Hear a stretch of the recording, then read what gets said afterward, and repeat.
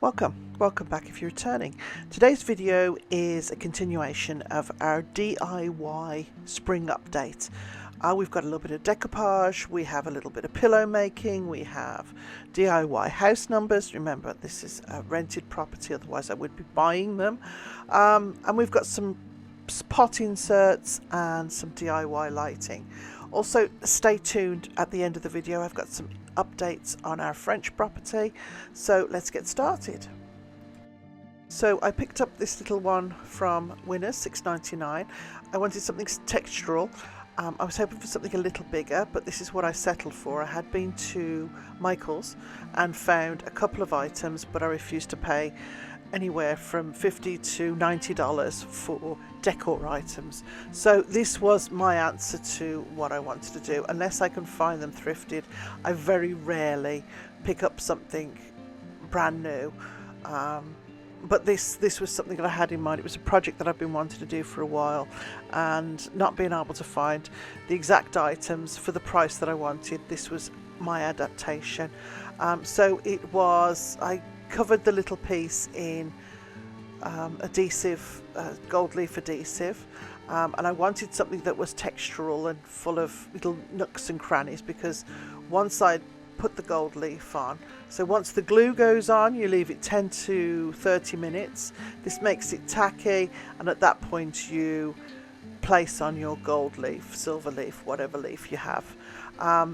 My gold leaf is a little bright, so what I did when I was done, I covered it in a layer of antiquing glaze, which dulled it down a little bit, gave it that little bit of an older look, and again, like it had been around for a little while, and that was the look that I was going for. Now, this is not a perfect science. You can see when I put the adhesive on initially, you try and get it everywhere you can. You want a nice thin even layer, and of course it doesn't always go on evenly, so you can go back and put another little layer of the adhesive on in the patches that you've missed. Leave it a little longer this time, maybe half an hour to 40 minutes, and then go back with little pieces of the gold leaf, and they will fill in all the areas. Once it's done, you can give it a really good rub down with a really soft cloth, and that makes sure it goes into all the little places it needs to and gives it almost a polish. It was at this point that I took the antique wax and just ran it over with the soft cloth. I also had these little eggs that were plastic. Didn't like the look of them, so I just got the remnants of what was left on the brush, the adhesive brush, and just rubbed that on the tops of the eggs, and then rolled them in the gold leaf, and really pleased how they turned out.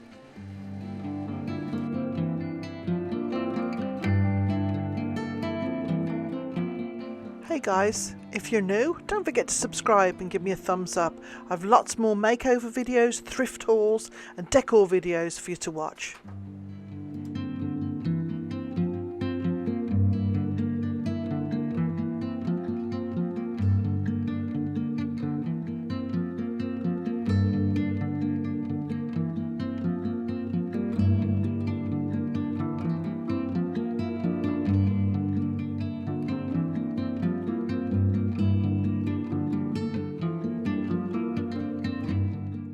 Next project, if I own the house, I would have bought one of these from either Wayfair or someplace like that, but because we're renting, there's a name tag of the owner's that's outside, and I wanted to cover it with the house number because I wasn't happy with the way the exterior looks anyway, but there's not so much we can do outside.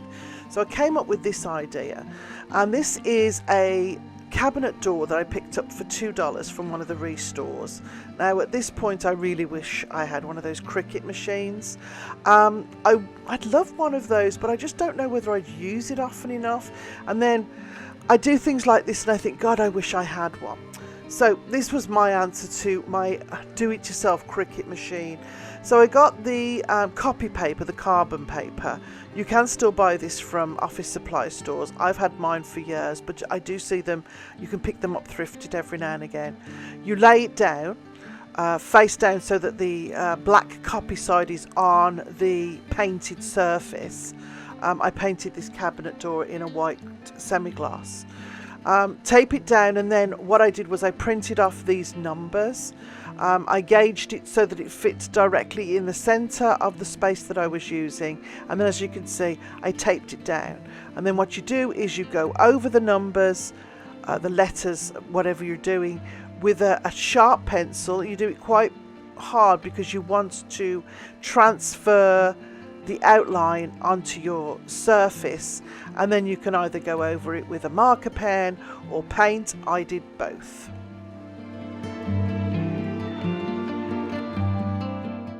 Now, any smudges or areas where the print has been rubbed off onto the surface that you don't want, they can be washed off with like a soft sponge, or you can also paint over them. It doesn't really matter. Because this was a semi-gloss, they came off quite easily. And then as you can see, what I've done is I'm outlining all of the letters, and then I'm going to fill them in with paint. Now this spring planter, this was another thing that I was looking for, a nice artificial floral for outside, and got this idea from, if you remember a couple of years ago, it was very popular to make your own olive bush. Well, this is along the lines of that. And I just wanted to apologise to everyone in Ontario, because I think it's official. Every time I start doing my spring outdoor decor, winter comes back with a vengeance. This happened the first time when I did my floral pieces outside a few weeks ago. We'd had some great weather. I decided to do that, and the heavens open and it snows. We have a terrific snowstorm, and guess what we had yesterday or the day before, and is coming on the weekend? Another snowstorm. So again, if you're in Ontario, I'm sorry. So the stick came from the garden. I chopped it off a tree that was actually hanging over a neighbour's garden, so it would have had to been pruned anyway. And then I picked up these florals from Michael's. It was buy one, get one. I then took the thickest part of the branches and just drilled through a small hole, and this was the same width as the stems. I did this all the way up where I was able to, and then decided that any extra branches that had to go on, I would either glue them and wire them on, or find a way of getting them to stick further on. I wanted the branches up the main part of the stem, which is how it worked out. I was frantically looking for a container to use, and I had an idea of putting this kitchen paper holder inside, wrapping it up and use. Anyway, I didn't do that. I found this fantastic jug. It was an Epsom salts container. It's got a handle on it, and I filled that with the concrete and then set the stem inside it.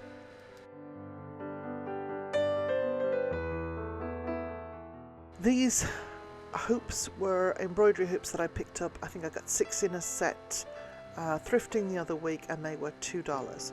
And the idea was to make a sphere for a light fixture in the front porch. I've used this idea before. I made for a planter.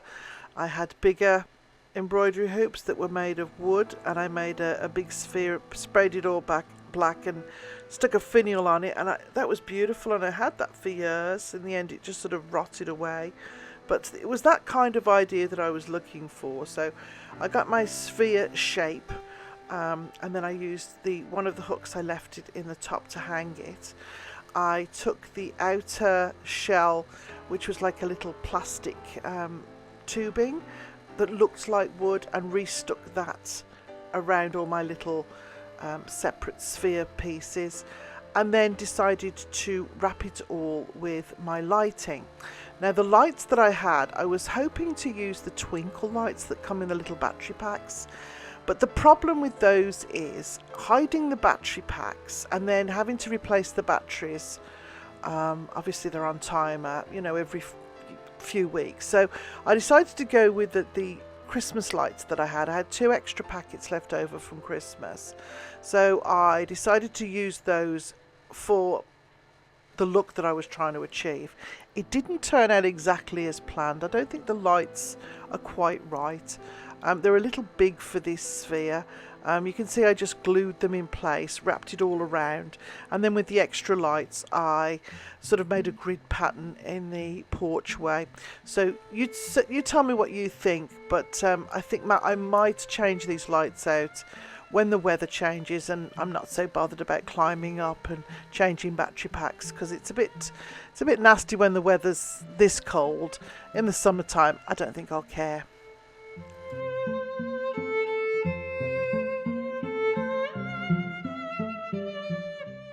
So here's an occasion, again, same video, where I need a Cricut machine. But alas, I'll make do. Again, I'm going to use the carbon paper. Now this material was also something that I picked up. It's like almost like a Hessian, but it's a nicer, thinner weave. I printed off this picture of the hair, and then I laid out the carbon paper and traced it, and you can see there you've got to go quite heavy. And then what I did was I went back over it with my pencil and just did a bit of shading and added a couple of details, and really pleased with how it turned out. And it cost pretty well next to nothing. So let's put it all together and see how it looked.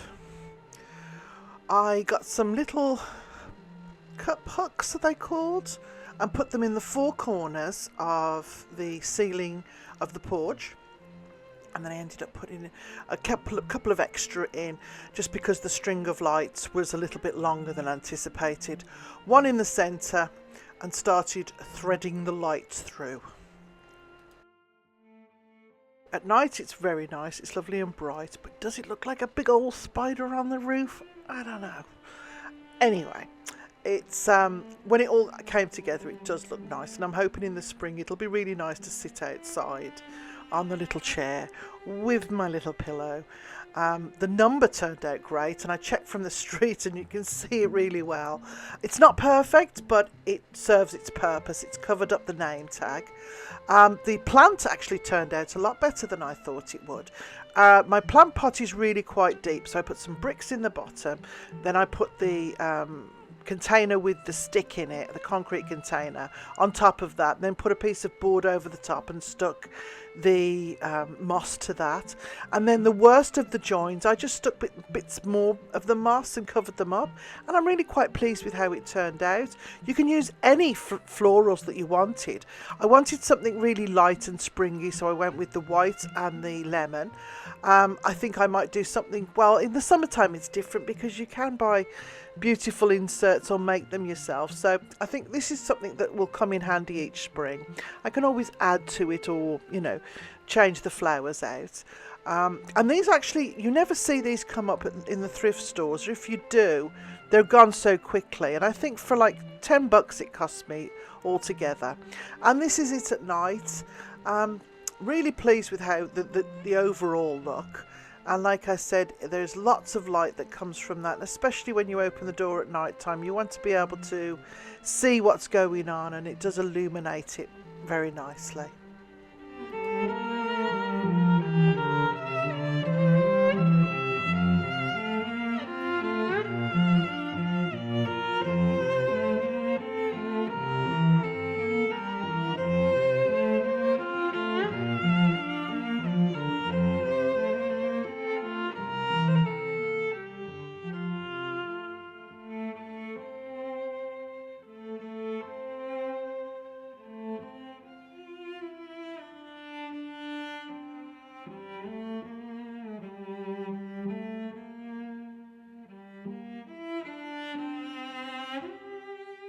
So I've had a few requests about an update from the property in France. We did actually hear just this last week there has been a bit of an issue with some work done on the pool.